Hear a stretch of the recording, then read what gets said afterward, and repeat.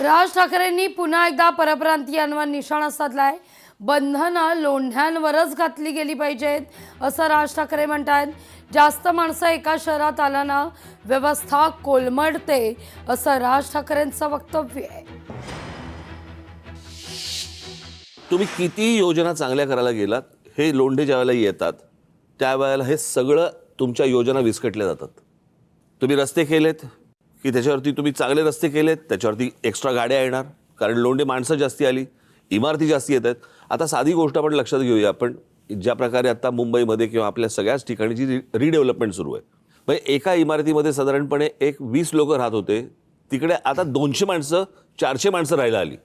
बरोबर आहे, जागा तेवढीच आहे. आता जास्तीत जास्त जेव्हा तुम्ही माणसं एका शहरामध्ये जेव्हा येतात, बंधनं तिकडे घातली गेली पाहिजेत ना.